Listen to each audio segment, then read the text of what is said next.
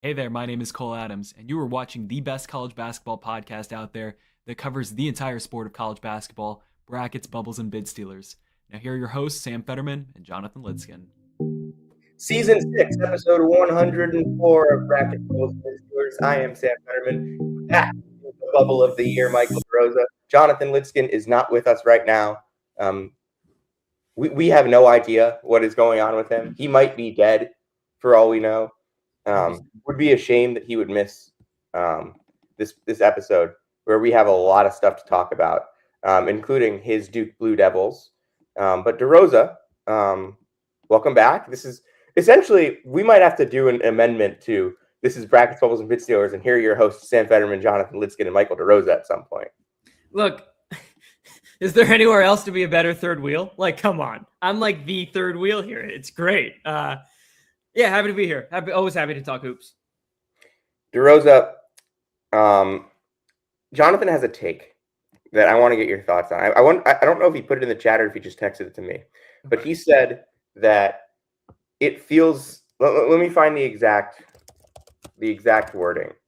I have no idea what this could be. This could be anything. One of my new college basketball hot takes is that it feels so much bigger when you say that someone is playing in a regional final instead of an Elite Eight.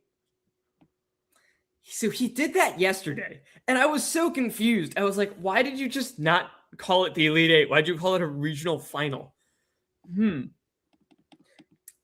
It feels like it has bigger weight to it, I feel. It does feel like it has more weight, but on the other hand, this is a sport that's just so defined by like Final Four. And like national semifinal does not hit like Final Four does. No. Yeah, that's fair, but I don't think Elite Eight hits the same way because until you've been to an Elite Eight game / regional final, like you don't understand and then also been to a Final Four, like the difference between like every other game and the Final Four. So then the game to get to the Final Four, is like because regional final, like the game to get to the Final Four, you do have to win something to get to the Final Four. You win a region, you win 4 games, and I feel like that is not something that comes through when you say Elite Eight game. Yeah, I think he's right. I think this is a good take. It would take a while for me to stop saying Elite Eight, but yeah, I think he's right. I think this is a good take. I think it's the only one where like the name, like the regional final, regional semifinal, regional final is the only one that's bigger than Elite Eight. Like regional semifinal, Sweet 16 just feels bigger. But I mean, we don't have terrific 2, so. Well, I mean, do you want to start it? It's the tremendous 2. No, we just have the national championship game. Yeah, I do think national semifinal like has a lot of weight to it. It does, but semi is the thing that throws it off. Just because like versus like the Final Four, like just it's such a huge event that it feels like kind of almost larger than life. And like it is. Final Four to describe other sports. But like I feel like the Final Four is the event. The national semifinal is the game. I can get behind that, yeah. But the Final Four, it also like the word final encapsulates like in the very beginning encapsulates completion versus semifinal makes it feel less than a final versus Final Four makes it feel like larger. All right, first thing I want to do is we've got some games to go over from Thursday that were unbelievable, DeRosa. Mm-hmm. Oh yeah. I was working on trying to break the Siena coaching news. It has not officially been announced yet, but what I will still say is that I have not heard anything to say that it will not be Mike Hopkins at this point. So is it funny that your current school and the league you cover are just like essentially trading coaches? I do think there's comedy in that, for sure. What I'll say is I have not heard anything that would indicate that it's not Mike Hopkins. Mm-hmm. But I also yesterday was a really quiet day on the anything Siena front. Like, didn't really hear that it was getting any closer either to like being done. Now, as I said, I did not say that they were hiring him. I said that he emerged as the favorite, which is what was true. And I do believe that when this is all settled, it'll probably be probably soon that he will be Siena's head coach. I know that the AD basically said that we haven't made a decision yet. We haven't offered it. I I don't know John DiArgenio, but I know that it's that he's said a lot of things. Okay. He wants to. He doesn't really. I mean, GMAC had accepted the Syracuse job, and it was reported that he accepted the Syracuse job, and he was like, "Well, if he leaves, we'll be fine." Like, dude, he was gone. Okay, let's move on. Start talking about these games. Let's start in Houston, Iowa, Nebraska. Iowa 77, Nebraska 71. Nebraska got out to a big lead to start this game, and I just thought to myself, this one's over. Nebraska is going to Aura Farm their way through this game. And at what point in this game did you really start to feel like Iowa had not just a chance, but a really strong chance? And for me, that was the Tate Sage shot at the end of the first half. That shot was big. Yeah. I mean, I never really I don't know. I never had that point where I'm like, oh, Nebraska's just gonna win this, just because I still have enough.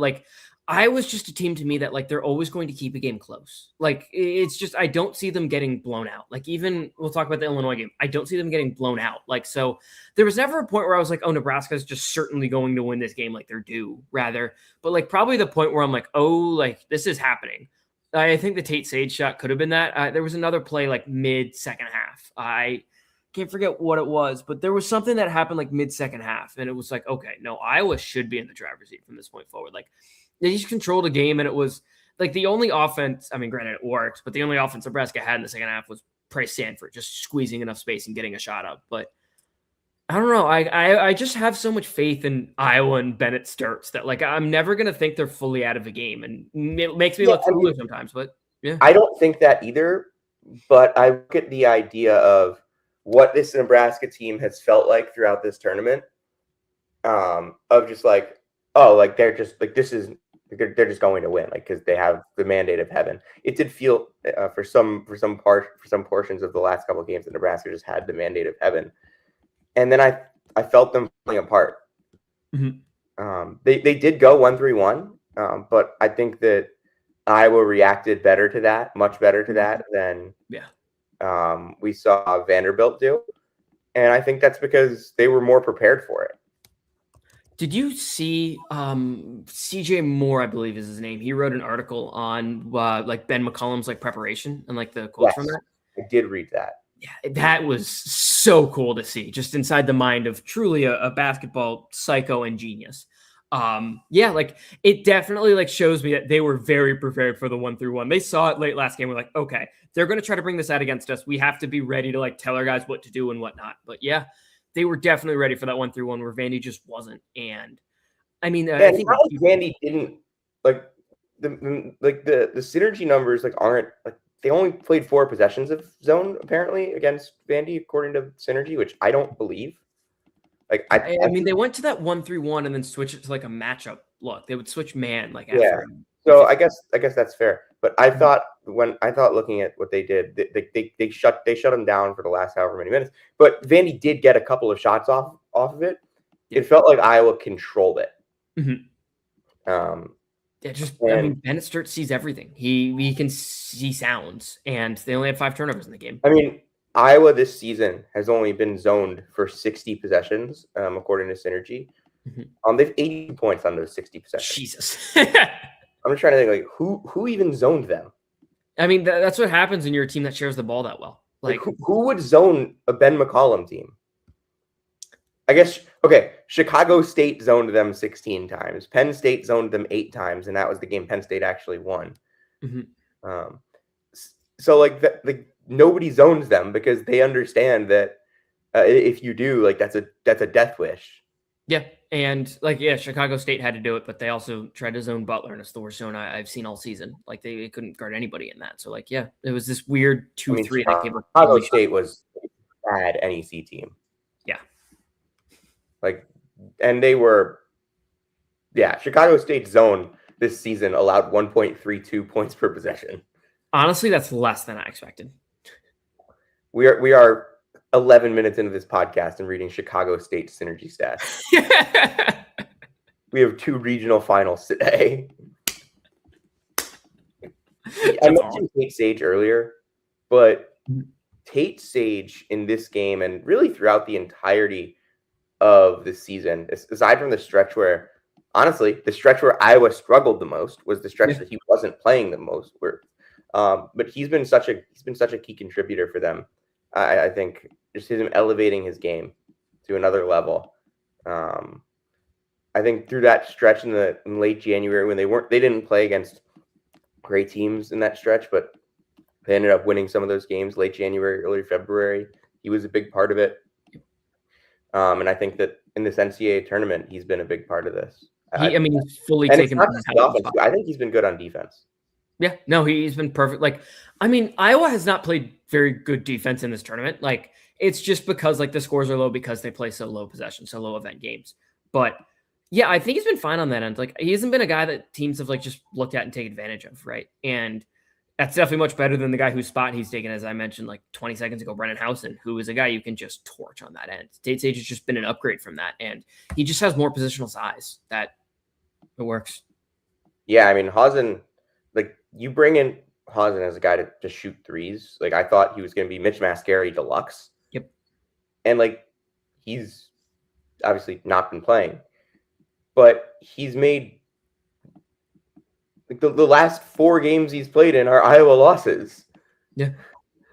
So he has not made a 3 since February 14th, Valentine's Day.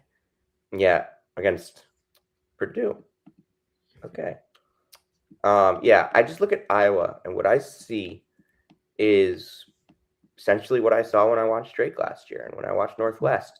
Just a well-coached basketball team that knows how to control a basketball game. And even though Nebraska got that big lead early, Iowa settled in. Mm-hmm. Early in the year, I think the Michigan State game, Iowa never settled in December. They got down big against they got up big against Iowa State, and then Iowa State settled in, and then Iowa settled back in, and that was a game that went a couple ways. And I think that this is something that I was good at. Like they weather storms and runs, and they don't like because of their pace and mm-hmm. the fact that they don't turn it over a ton, and the fact that they do turn you over. They are a team that is so good at controlling how you play, and this has been Ben McCollum's thing forever. You will play the game Ben McCollum wants you to play. Yeah, and Bennett Sturts is a guy who executes that perfectly as well. Like they just that's a match made in heaven. Only 5 turnovers in this game. Like that's the huge difference because they got beat on the glass, which somehow they go from beating Florida on the glass to getting beat by Nebraska on the glass, which is just my thing about Iowa is like I'm trying to think like what could have possibly like flipped for them like in games against good teams between the end of the regular season and when again remember they lost pretty much every time they played against a good team throughout the year. I know they beat Nebraska, I know they beat Ohio State, and I know they beat UCLA, but that was basically it in terms of their notable wins. But in the tournament, obviously now they've beaten 3 top 40 teams, including Florida, in a game in Florida. And again, I think there's obviously some level of variance in that game, but they tied them on the glass. Like, that's what you need to do.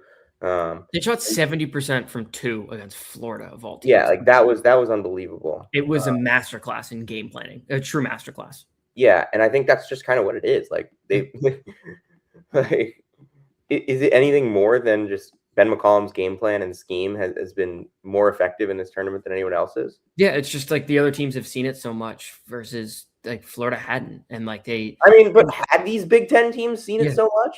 It's fair, yeah. And like, another thing, conference. Like Ben McCollum also, like just coming from the D2 level and winning a million national titles at Northwest Missouri State, he's an experienced tournament coach. Like, even though this is like his first run in the NCAA tournament, right? The D1 tournament, he's still just experienced at this. Like, he knows how to like game plan and like just, talked about the article earlier, like just how to like dissect these games in such a quick turnaround. I think that's definitely part of it too. And he has a group led by another senior, led by Cam Manyao, another senior, like an experienced group that knows how to like play in these games too. Yeah, I think that's fair.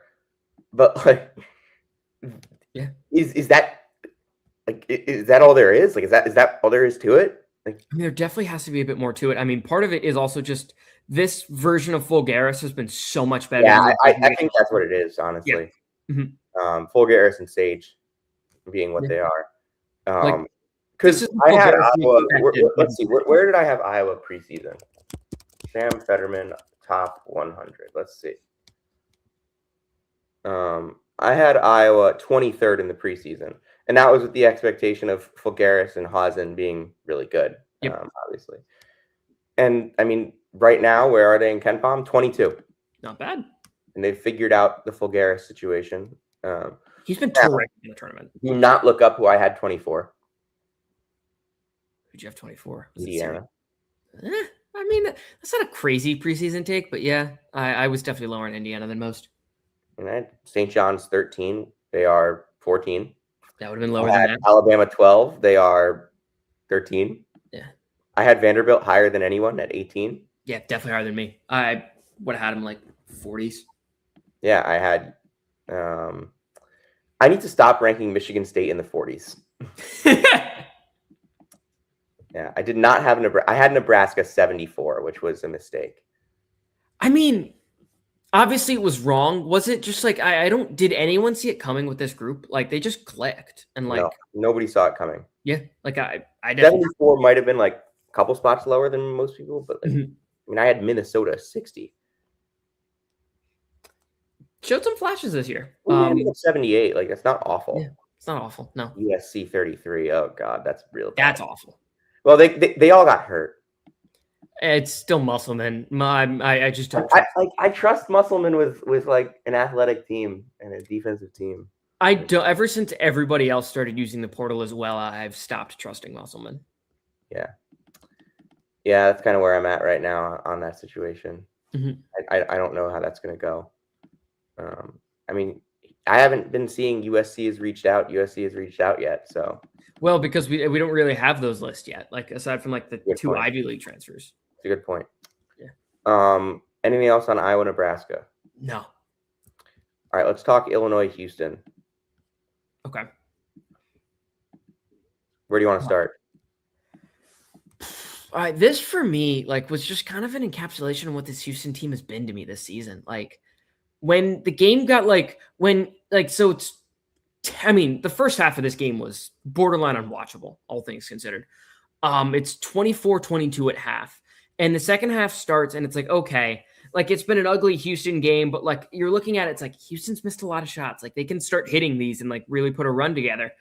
And Illinois was the team that started hitting shots, but then Houston just, for how resilient this program has been the last like 5-6 years, I'd go as far as to say, this team folded quickly. Like they found like their footing late in the game when it was already over, but like they just didn't do the things that Houston has done over the years. Like they weren't aggressive on the glass. They were getting beat to like effort balls and they were playing super selfishly. Like ball would get up the floor. You'd have one reversal and then a shot immediately. Like it was really selfish. It was really disappointing to me. Like Houston got beat at every level in this game, in my opinion. They ended with 17 assists, but like, I don't know. It was just like, they were just settling for deep twos. They weren't doing anything like special. And it was like one guy would dribble up the floor, maybe a pass, and then they're throwing that pitch up. They're just throwing it up. It's like that. Okay. Like you can do more to get a better shot. Instead, they were just settling for really bad looks off selfish action. Yeah. I mean, one thing that I've been looking at throughout the year is that Houston's just not quite as good at doing the Houston things. And in this game, their offensive rebounding rate was 26.2. Illinois was 34.3. Yeah. Last season, Houston was 4th in quad 1, quad 2 games in offensive rebounding rate. This season, Houston was 12th. This is among Power Conference plus Mountain West plus Gonzaga. This year, Houston was 12th in that. And the margins are, to me, so incredibly thin for Houston's math in that sense. Because let's be completely honest here, Houston's math isn't good.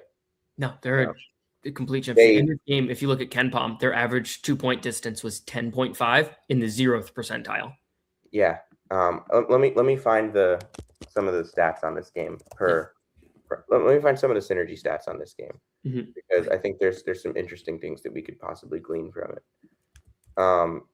Houston in this game, let me see. Pulling up Torvik now. They had Houston, not a single post up possession. That's crazy. Yeah, but yeah, I mean, they missed Jawan Roberts. Their entire offense was the pick and roll. Yeah. Essentially, and a couple handoffs. They did do a couple of handoffs and off ball stuff, but most of their offense was just pick and roll, ball screens, and you know what their points per possession on ball screens were in this game? 0.658. Okay. Yeah. It was and you know what Illinois' points per possession on post ups were in this game? 1-2. 1.429. Damn. Yeah. Yeah. That's the gap of what one team had and one team didn't have in this game. And just looking at Torvik, Houston was 5 of 7 at the rim. They were 8 of 25 from mid-range. They took 7 shots at the rim to 25 mid-range jumpers. And again, their math isn't good. Their 2-point percentage offense is not good, and it has not been good for the last 3 years. But they make up for it because they're like the best rebounding team in the country. And last year, their offense made up for it by making outside shots, and obviously, like, they don't turn it over, and they were top 10 in the country, and they were 11th in offensive rebound rate, yada yada yada. But the other thing about them is they don't get to the line. No. You know how many free throws they attempted in this game? Yeah, Kingston Fleming's made both of them. Two free throws. There was going to be a game at some point, and obviously that makes Illinois, because Illinois doesn't foul, Houston doesn't get to the line. Sure, Houston's not going to turn it over to Illinois, and honestly, they turned it over 5 times, which is probably more than I would have expected them to turn it over against Illinois. I guess 8.6% turnover rate is around what Illinois, like, they forced like 11, I think. But essentially, this game came down to whether Houston would be able to make their mid-range jump shots, which honestly, like, I think they could have. And like, they're really good at mid-range jump shots, but that's not what you want to rely on to win a game against a good team. And like, Illinois didn't make their free throws. No.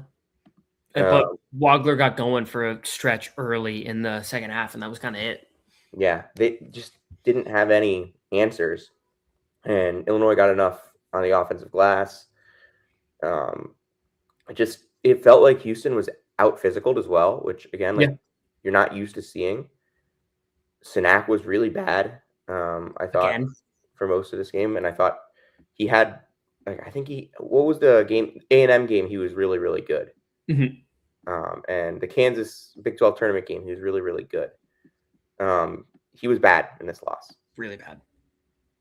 Just overall, I'd say, I don't want to call him like a disappointment, because like, I thought he was raw coming in, and his numbers aren't bad throughout the year. I would say like 116 offensive rating on decent usage. Like, it's not bad for a freshman. They needed more from him this season. And defensively was my thing. Like, I expected him to be a much better defender. He was fine on that end. Like, he's nothing special. Yeah, and they couldn't afford to go to Harwell at any point in this game because they needed offense, not defense. And they got a lot from McCarty. He had a bunch of threes, but a lot of those came when the game was like pretty much in hand. Yeah, that's what I thought. Like, it was like they got a lot from him. It just didn't matter because it was over, and like it was at that point. It's like, okay, if they spark a run, it'll be because of Chase McCarty, but they never did. Like, they needed to ride with Uzan and Flemings and Sharp, and it was going to be, they're going to win because of those three, and they're going to lose because of those three, and think they lost because of those three. Yep. And that's just what it is for this Houston team. And I fear it. I fear it'll never come. I felt like, to me, like even last year, just watching that game last year, it felt like last year was the chance. And then it's like, well, but they have so much talent coming in next year that like maybe they can do it again. But yeah, no, last year just felt like the year. And that was the year pretty much everything broke right. But yeah, they didn't have. They had a double-digit lead in the national championship game in the second half, man. Yeah. They had them. They did. Yeah. And Walter Clayton just ran away. Yeah. Like that was it. And it really sucks. But like, it wouldn't. I mean, they had Walter Clayton bottled up too. They had Walter Clayton bottled up for 30 minutes in that game. They had Walt totally bottled. Mm-hmm. And they didn't even shoot well in that game either. But like, oh my God. But he made him when he needed to. No, I'm talking about Houston. Like they didn't even make shots in that game. Oh, yeah, no. It's just, I mean, because they're so 2-point like jump shot reliant. Like in all the games that they lose, it's just because they can't hit jumpers and like they don't have a plan B. Like just because they don't get to the rim. Last year they had J-Wan that you could throw it into. This year they didn't. And J-Wan was 3 for 13 in the national championship game. Mm-hmm. But the problem this year was they didn't have that option. Yeah. And I talked about this all year. They did not have a safety valve of offense. No. They could not post up with anybody at any point this year. They could not, and they just weren't as good on, like they weren't. And when you can't do that, you'd like to be better at some of the marginal stuff, like your offensive rebounding. And obviously, it's not really possible to be better at offensive rebounding than they did, but they were worse slightly, ever so slightly, and defensively, ever so slightly. Like this was their worst defensive rating in the season. Adjusted defensive rating since 2020. Damn, yeah. And like just being ever so slightly that small amount worse on defense and that small amount worse on the offensive glass when you take the margins of what they are and aren't able to do offensively. It added up, and that's just that was Houston's math equation this year, and it wasn't good. Yeah. That's what ended up burning them. Again, 25 of 32 of their 2-point attempts were from mid-range. Like that's just truly an insane number. And yeah, flat out, it wasn't good enough. And it's really disappointing. Like I wanted this Houston team too, especially just because of the way the region broke. Like Florida ends up losing. You're at home not at home directly, but the game's at Houston. It's at Rice. It's 2 miles from your campus. It's at the arena.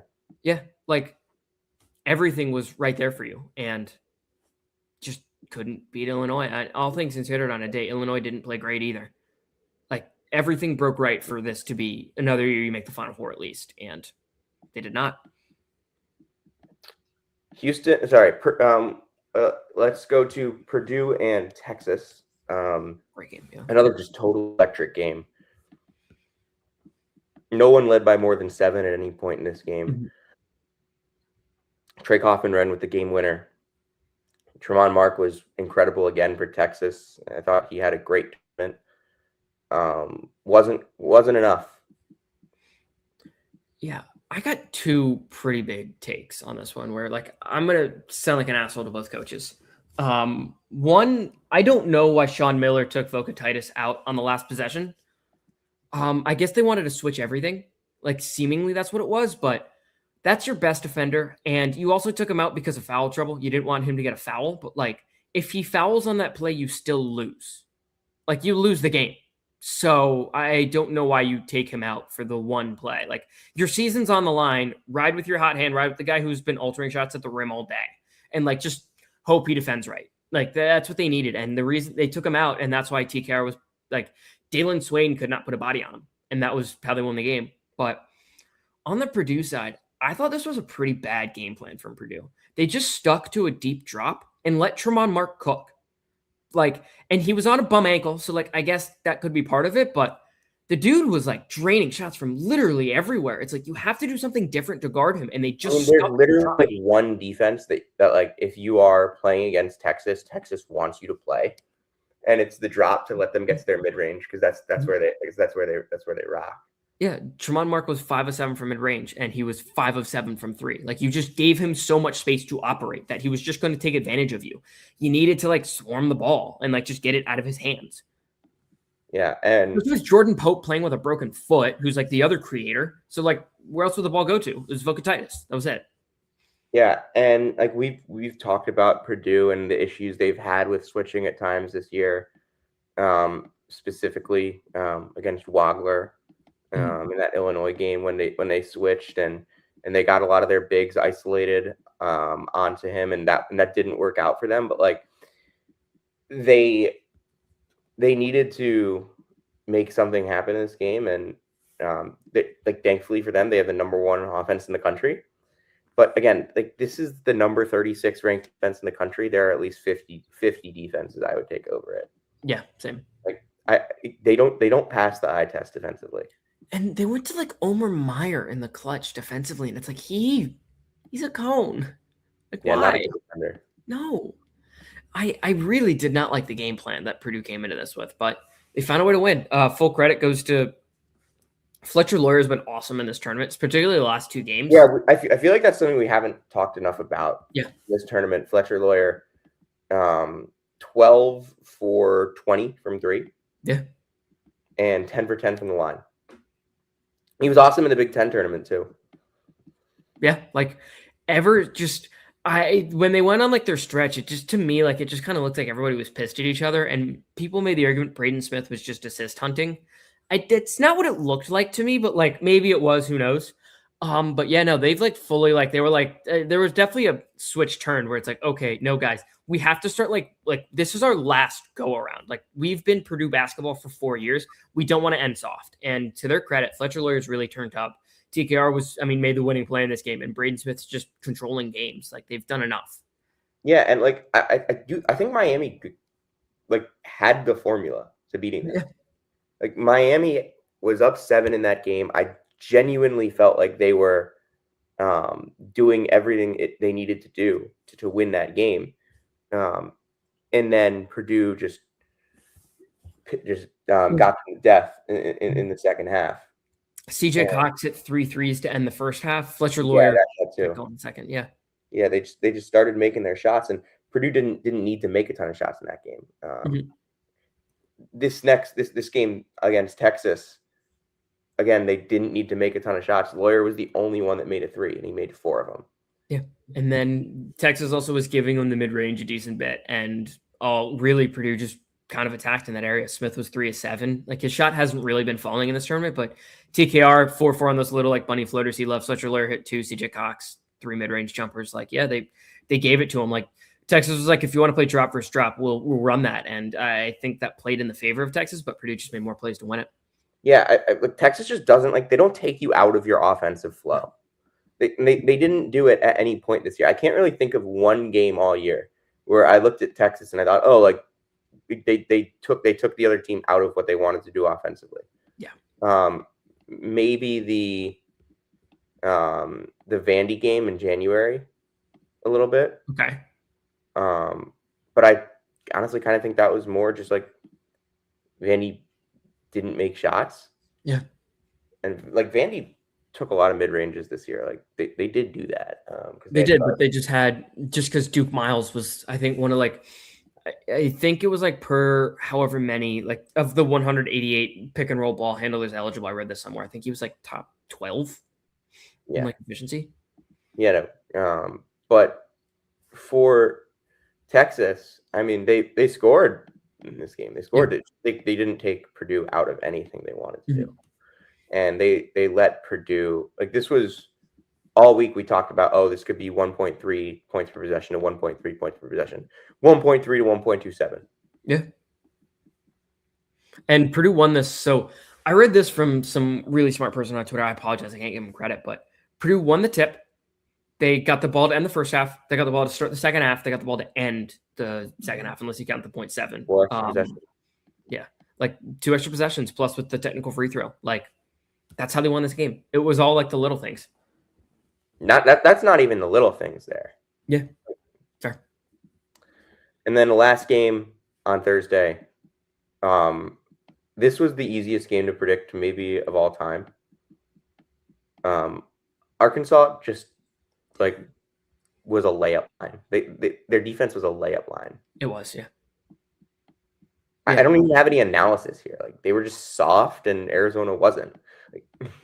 I think it was Borzello who tweeted this. I could be someone else. I could be wrong, but Arizona was the first team ever in the tournament to have 60 points in the paint and 30 points from the free throw line.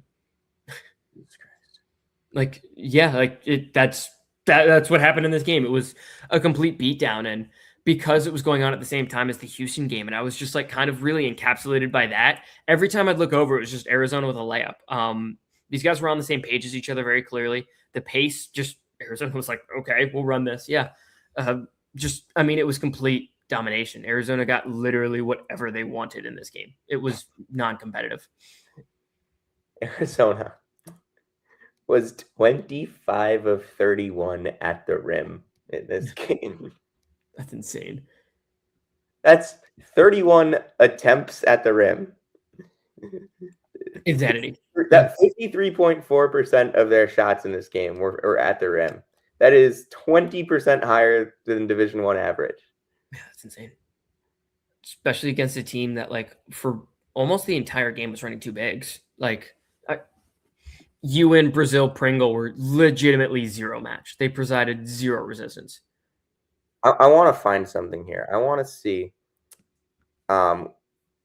if I look at games against I want to look at NCAA tournament games, and I want to see not just 25-26, all competitions. Go back as far as I can and find the most points a team has scored in a game where they attempted fewer than 10 threes in an NCAA tournament. Okay.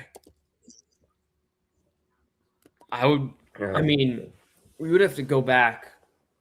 Well, I'm just looking here. Just going off the dome, it would have to be 80s before it's even close to this. 3-point attempts, less than or equal to 10, and we're gonna sort by, I don't know, and the most points scored. Okay, Colorado attempted 10 in that win over Florida when they scored 102. Miami attempted 8 in the win over Texas. That can't be right.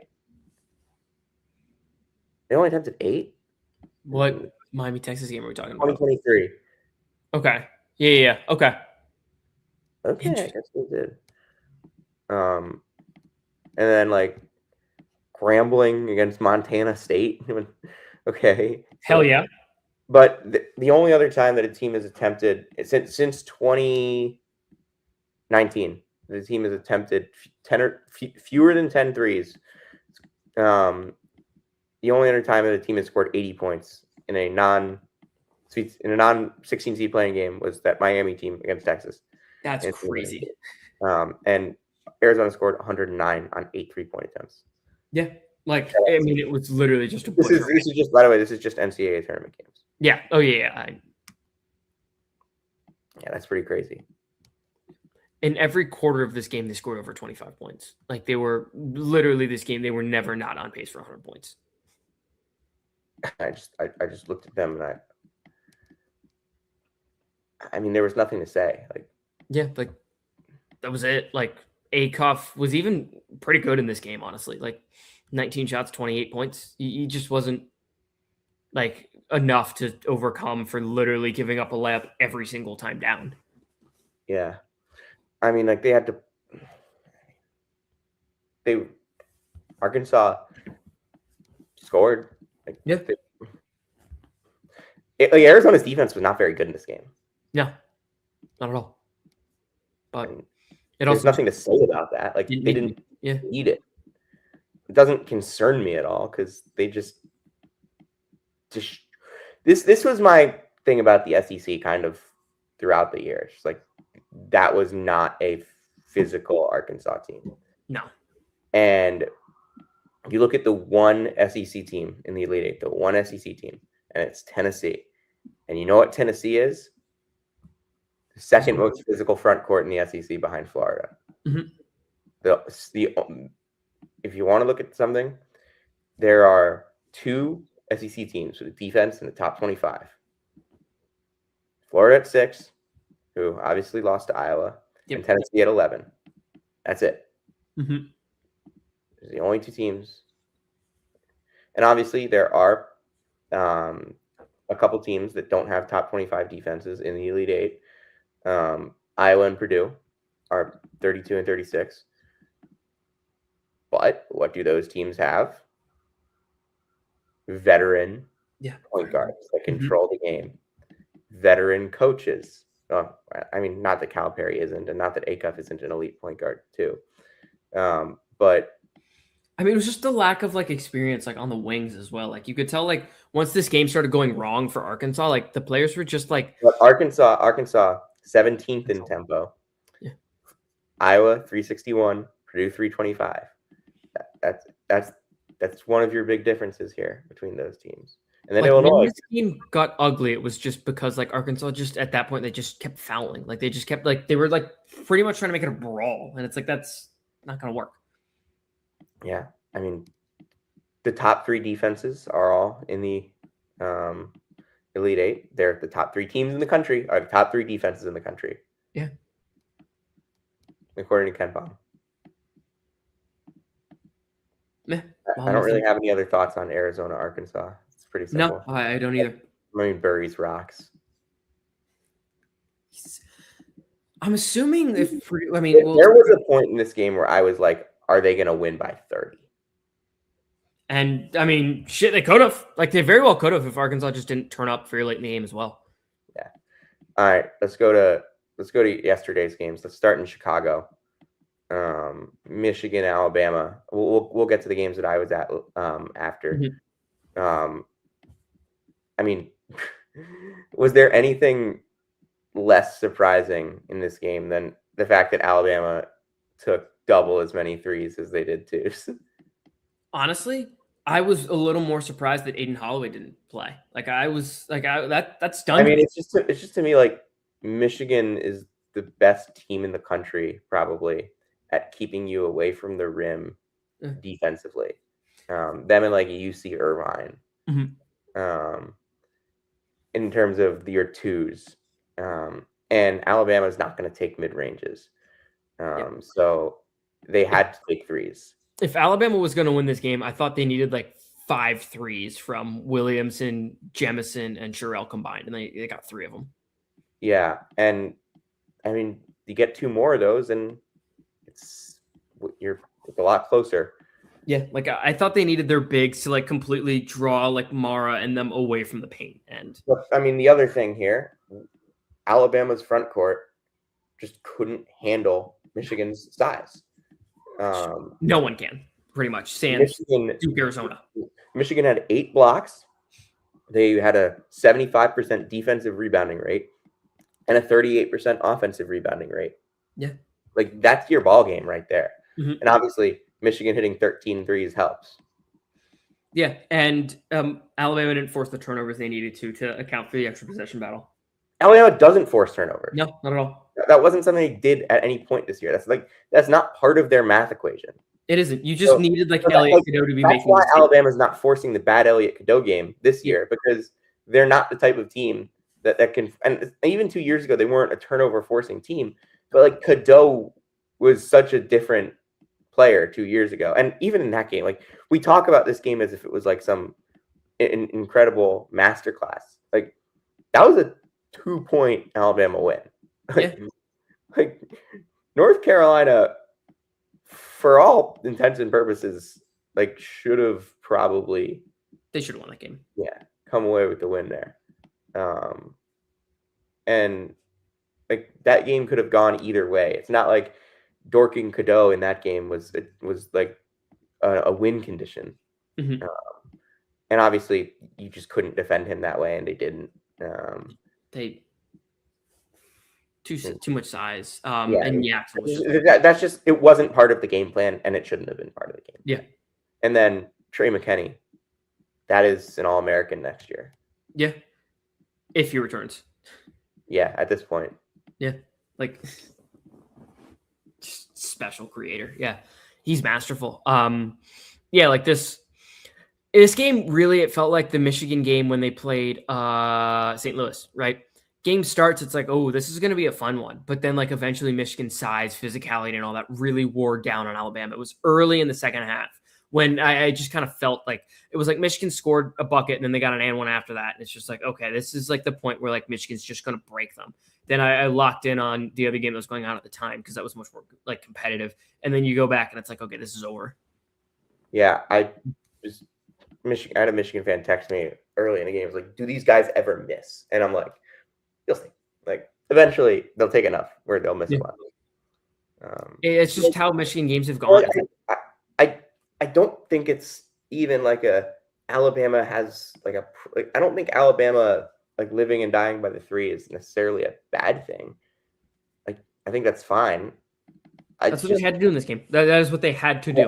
And especially in this game, like it's what they do all year. But like, what are Nate Oates' best Alabama teams? And don't tell me that the 2024 team is one of his best, even though they made the Final Four. That was not one of his best teams. He's had 3 top 10 KenPom teams at Alabama. The first one had Herb Jones, John Petty, Keon Ellis. Yeah. Like physical guys. Jordan Bruner was on that team too. And they were the number 3 defense in the country. 2023 team was 4th in KenPom. They were number 3 defense in the country. They were the number 1 2-point defense in the country. And they had obviously Noah Clowney and Charles Bediako on the inside. Yep. The 2025 team had Cliff Amori, Jaron Stevenson, Diabate, some physicality on the inside. Obviously, freshman Aiden Sherrill was on that team too.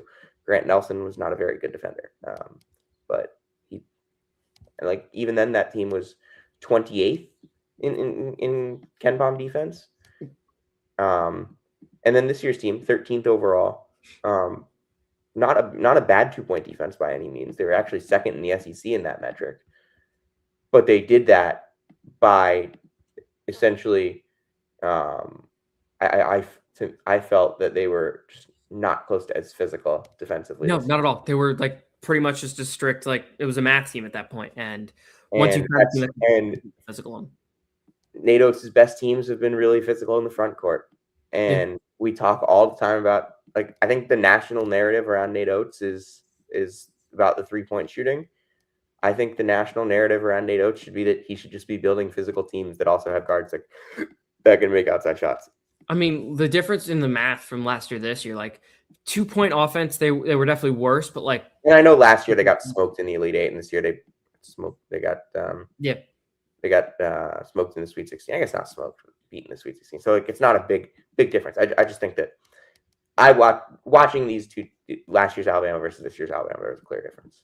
Yeah, and another thing is like last year they were just a much better rebounding team, much better at getting to the line. Yeah, they were really physical. Yeah, this year they weren't at all, like just not nearly as physical and on both ends. And they made up for it this year offensively just because they don't turn the ball over at all. And Philon's as good as you want him to be. He's a name your point kind of guy. And in this game, he did that. Like he was masterful in this game, but it just wasn't enough. All right, Tennessee, Iowa State. Kind of knew once Jefferson wasn't going to play that it would be really, really difficult for Iowa State to have enough offensively, and that's kind of what it was. Tennessee, I felt, controlled the front court physicality as well. Just got all of their misses. Iowa State Iowa State forced their turnovers, which they were going to do that. It's just that Tennessee killed them on the glass. Jalen Carey was awesome. Okpara was awesome. Jalen Carey's passing was terrific in this game. He's only listed as having 4 assists. It felt like 6 or 7 watching it. Like he would get the ball in the high post and just throw a dime, or he threw it was like early, like mid first half. It's like Iowa State's going on a little run, and it's like you kind of feel like the momentum switching. They get the ball to Jaden Carey in the high post, and he throws a perfect lob to Felix Okpara for a dunk. Like he was a masterful passer.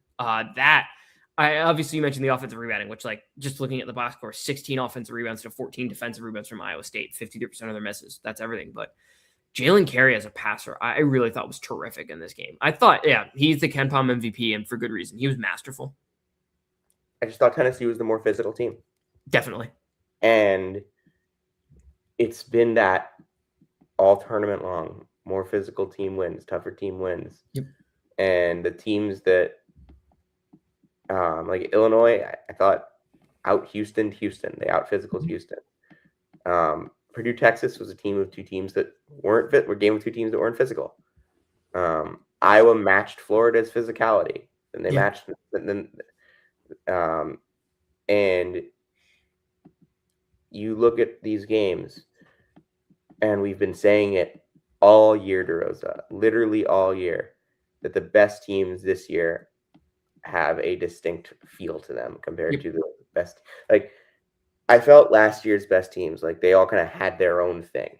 Like Duke had their length and Cooper Flag. Houston had their interior defense.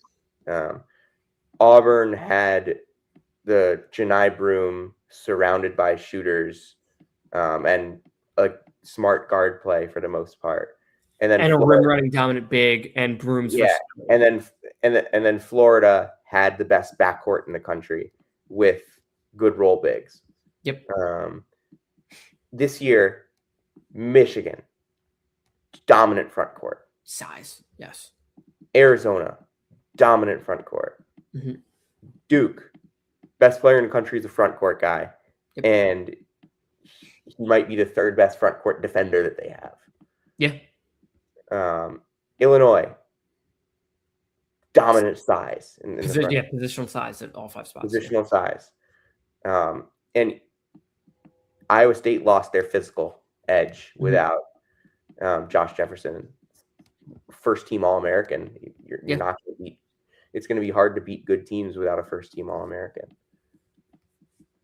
Yeah, and even though he had 5 turnovers, I felt like Gillespie was, he missed his shots as well, but a lot of those came late. But I felt he was just fine in that he was able to get the ball up the court against pressure. And then like Bishop Boswell pretty much had like 4-on-3s, and he was able to make plays from there. All right. You want to move on to the games that I was at last night in DC? Let's do it. Let's start with Duke St. John's. This was an unbelievable basketball game, DeRosa. Yep. At the start of this game, it felt like St. John's gave itself life with the press because they couldn't get into their press until they finally got a bucket. Darling hit a 3, and then they immediately got into their press, and it's like Duke had no idea that they were going to press. And St. John's went on a big run, and then Duke answered. Isaiah Evans helped them answer. I thought they got some of that from him. But Malik Brown was Duke's best player in the first half. Yep, absolutely. He was everywhere, defensively, everywhere, offensively. Just made so many big plays in that first half. And then you get to the second half, and then you get to the end of the first half, and Duke's in control. And then all of a sudden, Ruben Prey just hits a couple threes. Yeah. St. John's went into halftime in this game. They had a 3 from Dylan Mitchell, first all season, and 3 threes from Ruben Prey, who had made 11, I believe, all season coming in. And I believe at halftime, I ended up tweeting this out. It was Prey, Mitchell, Darling, and Hopkins. I believe combined were 7 and 7. Darling can shoot. Kind of. He wasn't a great shooter in league play. In Big East, actually in conference play he was, but on the season he's 27% from 3. He was 36% last year on good volume. So Big Sky compared to real physicality. So. I just think he can't not it's not that he doesn't shoot. It's not his game. Yeah, but you go out there, you're not surprised if he hits 2 in a game, is what I'll say. Sure, but no, it was just the point that those guys combined were 7 of 7 from. And then in the second half, they got 2 threes from Zuby. Yeah. They needed all of that in this one. And then they go on that huge run to start the second half. Duke's offense is completely out of place. And their defense they can't get a stop. Mm-hmm. And Duke's offense came from getting in transition early in the second half. In the middle part of that second half, they were able to get a little bit more in transition because they rebounded St. John's misses. They forced misses, and they finally started to find the creases in that press. And it was just, all right, Cam Boozer, you're going straight to the basket. All right, Isaiah Evans, we're going to have you just go straight to the basket here. It was and then like late in the and game. I did not think Zuby played a great defensive game. No. And they had all the answers for Zuby. That's the thing. I thought St. John's for the first 25 minutes of this game played really well on defense for the most part. But it wasn't because of Zuby. I thought their guards did an awesome job on defense. I thought Dylan Mitchell did a great job on defense too. And I thought Ruben Prey gave them some energy on defense. And then Ruben Prey makes his 4-3, does not play down the stretch run of this game. Do you agree or disagree with that decision to take him out and not play? I think it was the wrong decision. I also understand why they did it, just because at that point, Duke, and really what won Duke this game, and it's not a secret what Duke's going to do if they get late in the game, but it was the 4-2 inverted pick and roll. It was just Boozer, Evans, and then Evans would either pop and you'd be open for a 3, or at one point St. John's was trying to switch it, and they switched Ian Jackson on a Cam Boozer, and that was 3 points and 1. But yeah, no, I would have played Ruben Prey. National Player of the Year play at a National Player of the Year time. Exactly. Yeah, he showed up when his team needed him to. He was terrific down the stretch of that game. But yeah, no, I think, I mean, I would have ridden the hot hand. Like, Prey made 4 threes, and you were at the game, so you didn't hear it. But just a funny comment. When they did the little, like, you see, like, the little on the side, like, interviews at, like, the under 12 mark of the first half or whatever. Oh, yeah. They asked Pitino, like, yeah, how you feeling about this game? I heard this. Yeah, well, Dylan Mitchell hit a 3, so you know the Lord's on our side today. It's like, oh, damn. Yeah, I mean. That's what they needed. Yeah, like, they were drawn to the 3-point line, and they just didn't find it on the stretch. St. John's had I think, tough time scoring at the rim in the second half. They couldn't score at the rim at all in this game, period. And the only time they did was, like, transition opportunity. They hit a bunch of mid-ranges in this one.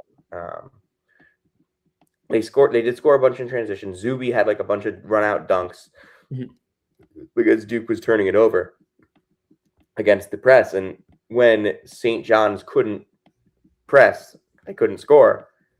Yeah, Duke's half court defense was the best unit in this game. Yeah. When St. John's couldn't press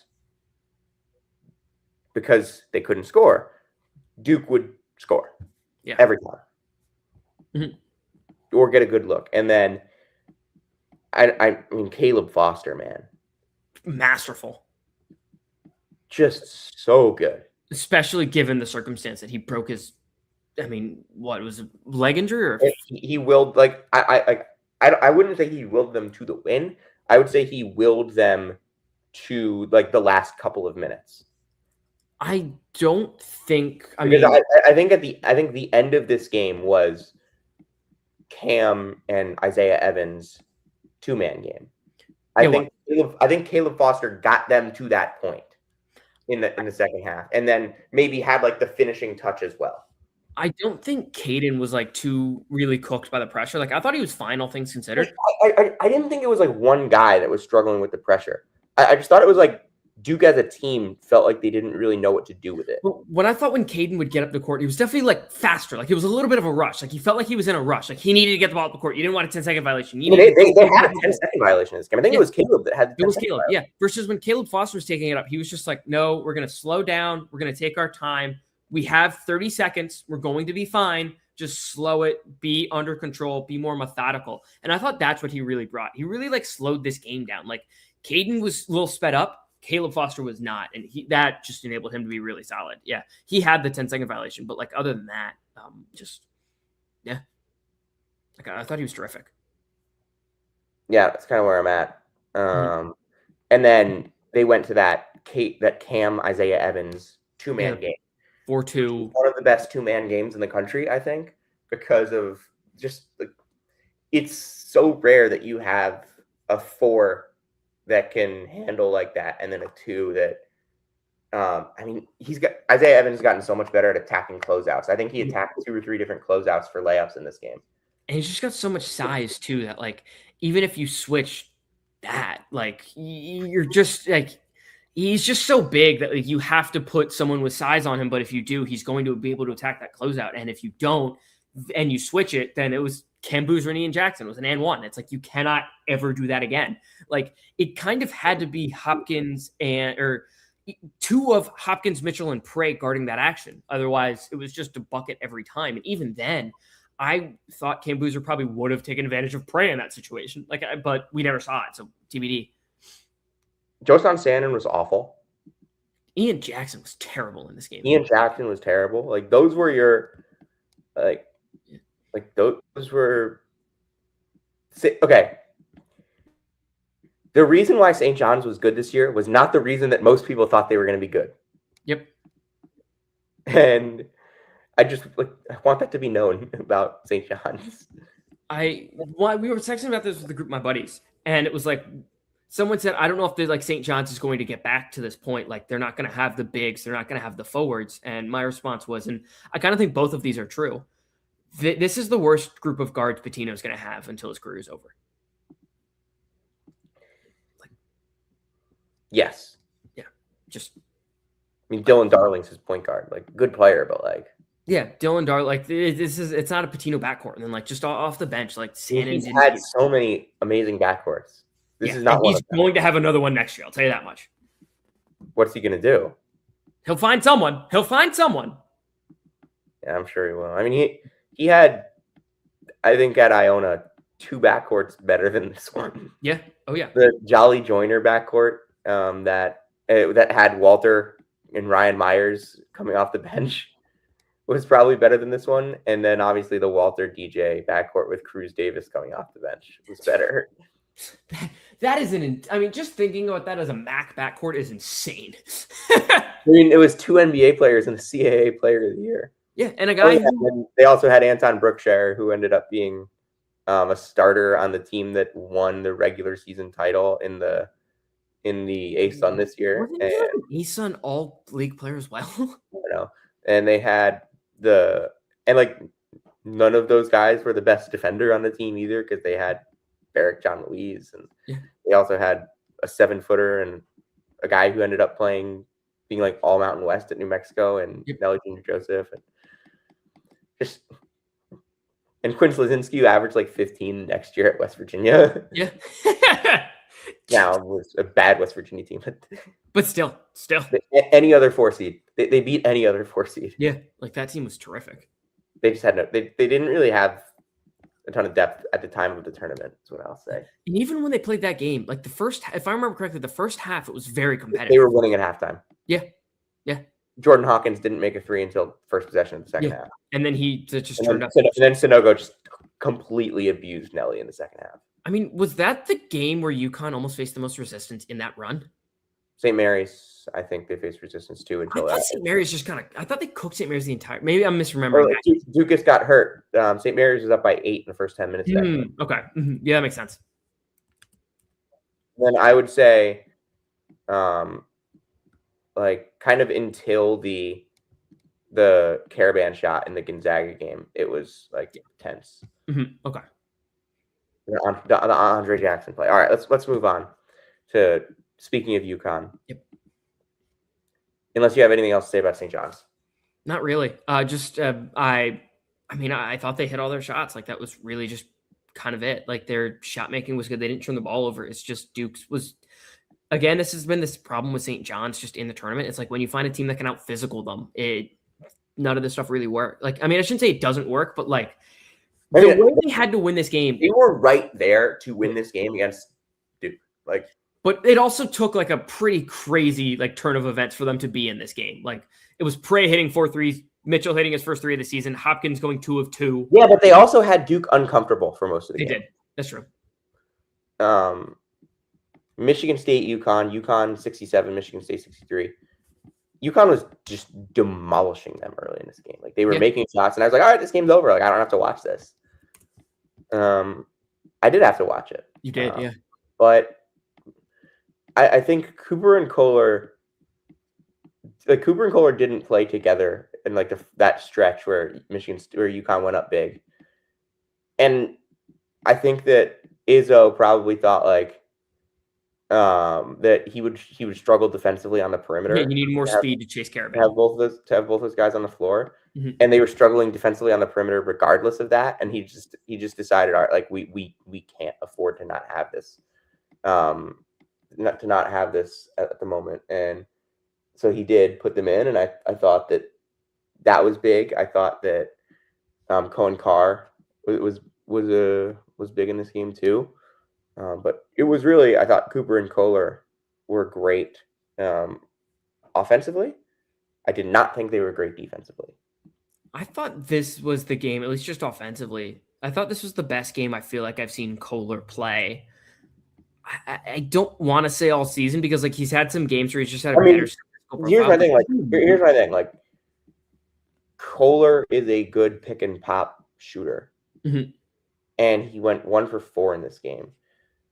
If he goes, and I think that UConn did a good job kind of taking that look away for the most part, because I think that is, and this is kind of a sad thing to say about Michigan State, that's their most reliable 3. Like it is the Jackson, especially now that Ugochukwu was hurt, and that is why I thought at the end of this game, Michigan State being down by 3 on that last possession was an issue. Like they are a very bad need a 3 team, because especially against a defense that forces dribble drives like UConn does, and obviously not going to help off shooters up by 3. They didn't, and there aren't any shooters to help off of in the first place. That's kind of the thing. It's like Michigan State's offense on that possession was relegated to Jeremy Fears dribbling around, and they tried to get Kurt Tang open. Yeah, a lot of teams would help in that situation. UConn was disciplined enough to. I mean, you can't. Up by 3, you don't help.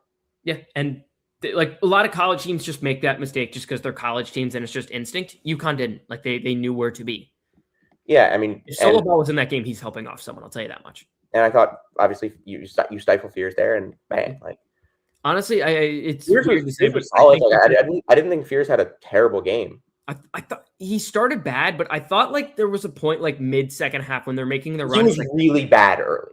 He was really bad. But I thought in the second half, like he felt like he had the energy of the game. In the second half. He retook control of that game in the like second half when they made their run. And that's kind of a testament to like no matter how bad he looks for however long, like he'll still control. His mental toughness is on another level. But he is tough.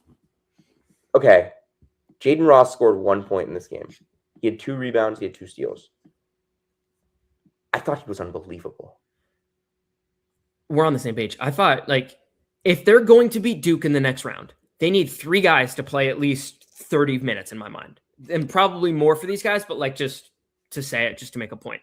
Terrace Reed, Alex Karaban, and Jaden Ross needs to be out there more. He needs to play more.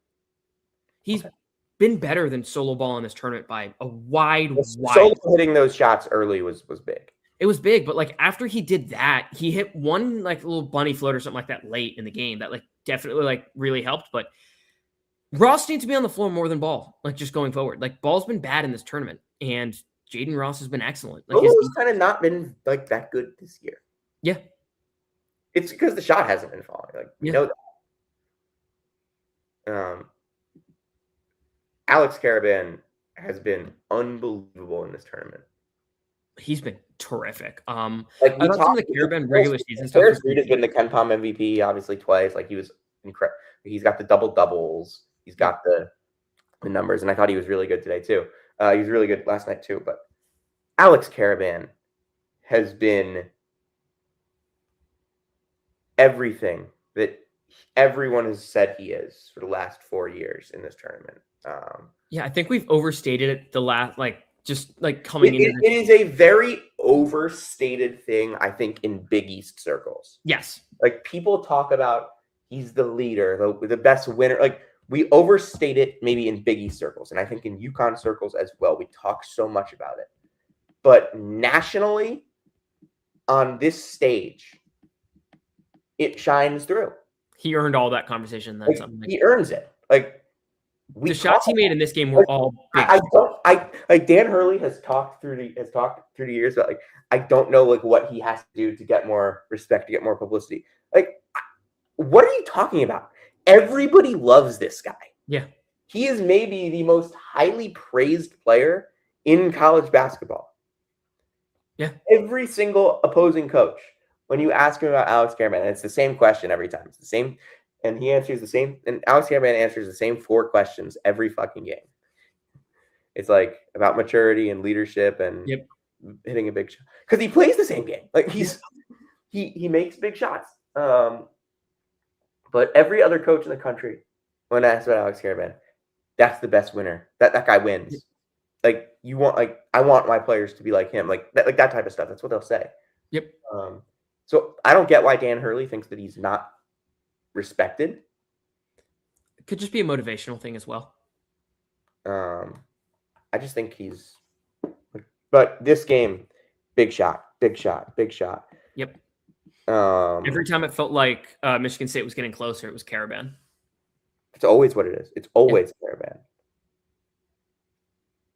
He is, and he has been for 4 years now, DeRosa. For 4 years, the guy that UConn goes to when they need a basket. Yeah, and it's not because like it's not because like he'll dribble drive. It's because he will find his way open. Yep. With one of their sets, like they will run 30 seconds of action until he pops up with a little bit of space 6 feet beyond the arc. Yep. And it's always the 6 feet beyond the arc. Yeah, and then he just drains it. It's like, whoa, and then he nails it. It's like, oh, right. Yeah. Just terrific. And I also thought this was probably the best game Malachi Smith, at least definitely statistically, has played in a long time. Only 3 points, but 7 assists. He's now had steals. I mean, in the NCAA tournament thus far, Malachi Smith, 20 assists for turnovers. Yeah, there you go. In the Big East, in the losses to St. John's, he played 10 minutes and 4 minutes. In the loss to Marquette, he played 2 minutes. The Creighton loss, he played 16 minutes and had 4 turnovers. In UConn's losses this year, Malachi Smith has been bad. Yeah. Now, he was bad in some of the other games too. He had a couple of 9 Actually, no, I'm looking at assists wrong. Hold on. He had 8 assists to 1 turnover in the Arizona game. Mm-hmm. I was looking at that wrong.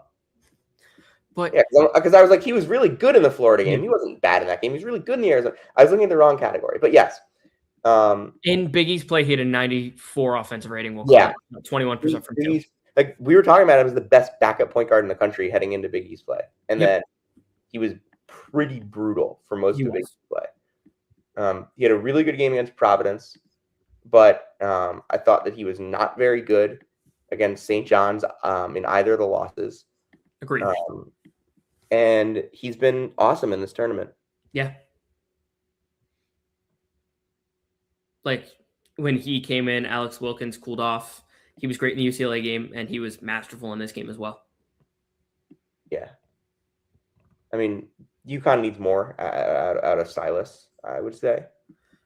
They need a lot more to their guards. And, I mean, again, Silas is coming back from the injury. He's struggling with all that. But, like,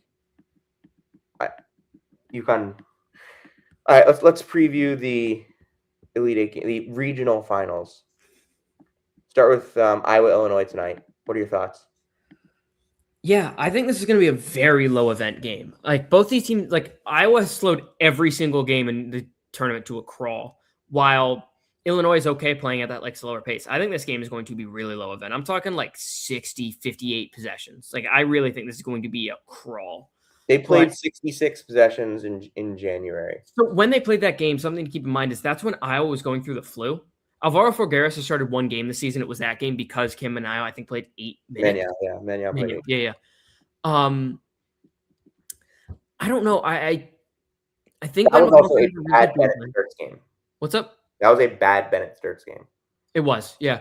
And I think they're going to take the ball out of his hands again. I think he'll be better in this one. But the one thing for me is Illinois just blitzed him with the front court size. They just had too much. And I just think they're more like in terms of game planning and in terms of like one dominant player, I would favor Iowa. I would. But in terms of like talent, in terms of just overwhelming physicality, in terms of just honestly raw talent on both ends of the floor, I think Illinois is better. So I do think this game is close because I think it's really low event. Like I think it's 58 to 60 possessions, but I just think Illinois' talent's going to win out. I'm not confident. I'm not nearly as confident as I want to be, but like I'm in a survivor pool and like I have to pick this game just because I don't think the winner of this game beats the winner of the game we'll talk about later. But yeah, I got Illinois. I just think they're more talented at some of the crucial spots, and I don't think Illinois is going to turn the ball over, which I think they have to, and I think on the other end, Illinois is going to score inside. Iowa, to me, and I know I say this, like, they had that effort where I don't want to say that the win over Florida, like, was a fluke, because I don't think it was necessarily, but, like, can they match up on the glass? Like, can they do... We've seen 36 games of Iowa this year. Like, at what point does that sample size of we've seen them play against some of the best rebounding teams in the country, and they've lost most of those games, versus that one win over Florida, and obviously they beat Robert Morris too in the first game of the season, which is a great rebounding team. But and against best offenses they've played, they've lost most of those games. Yeah. But it's Ben McCollum on a one-day scout. He's already beaten a Big Ten team in this tournament. So I don't think it's necessarily like the Big Ten has him figured out, is that if that's what it is. Because I don't think that's the case. No. I would feel dumb. I feel like I would feel dumb if I said Ben McCollum was going to lose this game on a one-day scout. That's the thing. And I feel like I have to pick this game in Survivor, and I hate it because I'm going to take Illinois. If you look at it using... I agree with all your points about Illinois, and I think that logic would dictate, like, just based on the whole seasons that these teams have had and what they are and what they aren't and where their weaknesses and strengths match up, Illinois is the pick. But am I going to pick against Ben McCollum on a one-day scout after the last one-day scout that he had was beating Florida? Yeah, that's the thing. And just like if you sort on Torvik since February 1st, which is just something I think you've also talked about this. We both do it like all the time. It has Illinois winning by 9.4 and an 82% chance to win this game. There's no way they have an 82% chance to win this game. I mean, Iowa was not good in February. Yeah, they were bad. But what if we sort since March 1st? Let's see. 301 filter. Does it load? Illinois by 7. Yeah. Actually, Illinois by 6. Yeah, Illinois 5.6, 71% since March 1st. All right, let's move on to Arizona, Purdue. I think this is pretty simple. Arizona's gonna beat them. Like, yeah. Purdue's not physical enough. Like, I know Purdue's a great rebounding team, but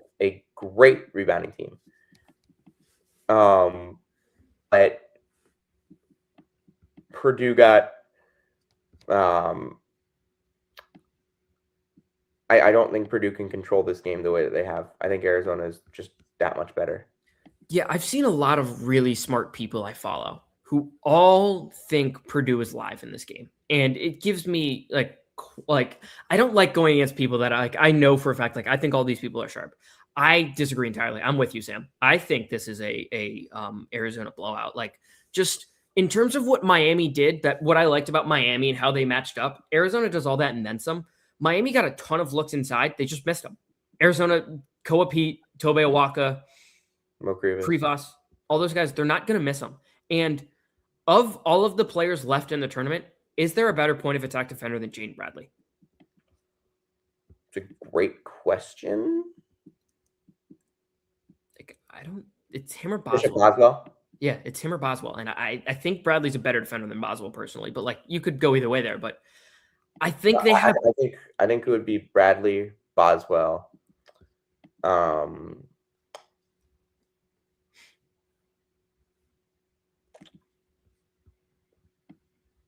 mean, when Demery's fully healthy, he's up there. But I But I yeah, still think it's Jane Bradley, like over those guys. and Even Dame Sar. yeah, Dami Sar. Yeah, true.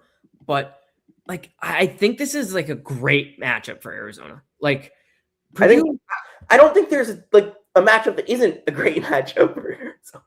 I think Michigan would be a tough matchup just I because mean, yeah, that's that's the thing. I think Michigan is a tough matchup for everyone. And I think Arizona. I think Michigan and Arizona, like obviously they'd be really difficult matchups for each other. Like I think that they're both just like so good. I think those are the two best. Like I know Duke's right there in Ken Palm, but like to me, Michigan and Arizona are going to win these two games, and I think but the Michigan Arizona game is going to feel like the national championship. See, I still think Duke's very alive to win the national title. I would agree, just because like Michigan and Arizona could beat each other up. Yeah, and I also just think we've seen Duke play well in those games where the front court, like physicality is what you do. Duke can take that away and then make it a guard game, and their guards can. Oh man, the crown is on Wednesday. But no, in this game, like I think Jaden Bradley's going to do enough to take Braden Smith out of the game, and Miami was getting looks at the rim almost for free. And if Miami can do that, Arizona's definitely going to do that. Yeah. All right. We've got to move on. Tennessee, Michigan again. Like, I just think Michigan is better. Like, I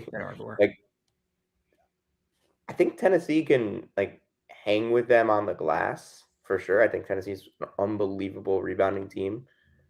Best offensive rebounding team. But all right, yeah, I want to look at this. Of your Elite 8 teams, 4 of them are in the top 5 of offensive rebounding rate, and another 2 of them are in the top 30.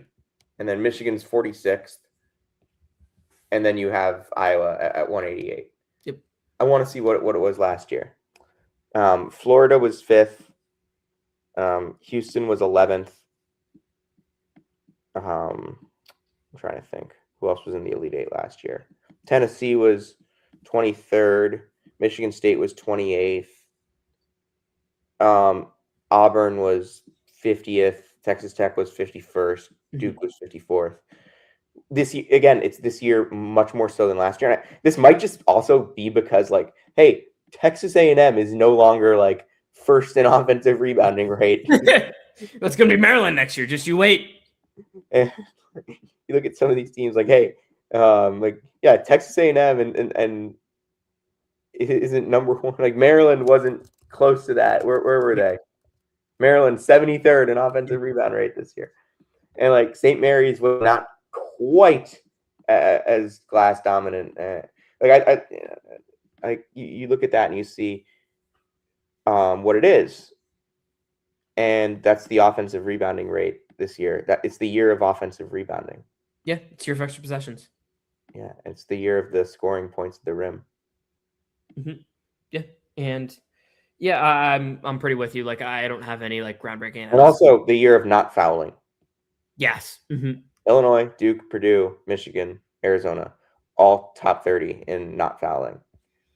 This is just another game to me. Like Nebraska, North Carolina, St. Mary's, Kansas also in that section. And a couple mid-major conference champions in UMBC, Siena, and Penn. Yeah, there you go. But in this game for me, it just comes down to I think Michigan might struggle to score. I know Tennessee is going to struggle to score. Like there aren't many teams that have a cover for Nate Ament, especially without Josh Jefferson for Iowa State. Like if he plays, I really do think Iowa State wins that game, even just based on how it played out. Yaxel is going to be on that kid like white on rice. I got Michigan here. And then UConn Duke. I think Duke wins. Jaden Ross has to play 30-plus minutes in this game because if they're running that 4-2 pick and roll and it's solo ball guarding Isaiah Evans, forget it. Just forget it. It's over. The game is over. Yeah, and I also think like the Ball Mullins lineups just don't give you enough defensively in general. And Ross, when they played AJ DeMonta early in the season, it was Ross who did a very good job on him. You need Ross to be in this game a lot. And like then I think you have a chance, but even then, I don't think Caravan can handle Boozer. And Terrace Reed has been masterful in this tournament. If there's a front court that can turn him down, it's Malik Brown, Patrick Ngongba. Like it's by far the best front court he's played.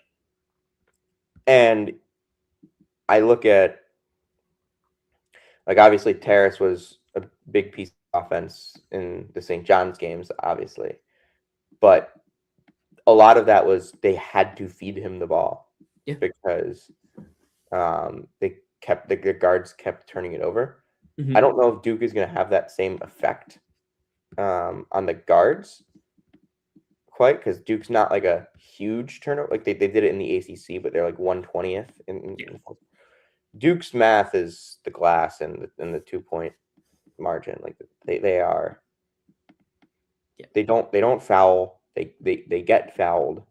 They rebound. Like it's so fundamental how Duke wins. Like it's so simple. Like there's nothing complicated about why Duke is so good. No, it really, it's very simple. And I don't think down the stretch of games, their offense, it simplifies. Yeah, it is the 4-2 inverted pick and roll. It's that, and it's get Boozer to get Boozer downhill, get Evans shooting, get Foster downhill. Their offense down the stretch, I feel like it goes to those guys, and that's fine. I don't think Shire gets enough. You and Jonathan both give him quite a bit of credit, but like just as a global college basketball world, I don't think he gets enough credit for how good he is, like schematically and just simplifying a game.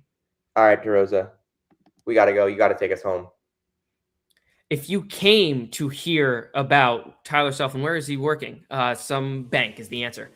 If you came to hear about, I don't know, the Western Carolina Catamounts and how they're going to walk. We didn't talk about that next year. We did now. We just did. They're going to walk through the SoCon next year. Let's go, boys. And if you came to talk about the crown, you came to the right place. Perfect. The college basketball crown, which starts Wednesday. Obviously, Sam and I are both picking Creighton to win this game. And if you came to hear about the latest happenings in college basketball, you came to the right place. Creighton. Oh, they're playing Rutgers. Never mind. Sam keeps cutting off my outro. This was Brackets, Bubbles, and Bid Stealers, and we will see you whenever the hell we talk next.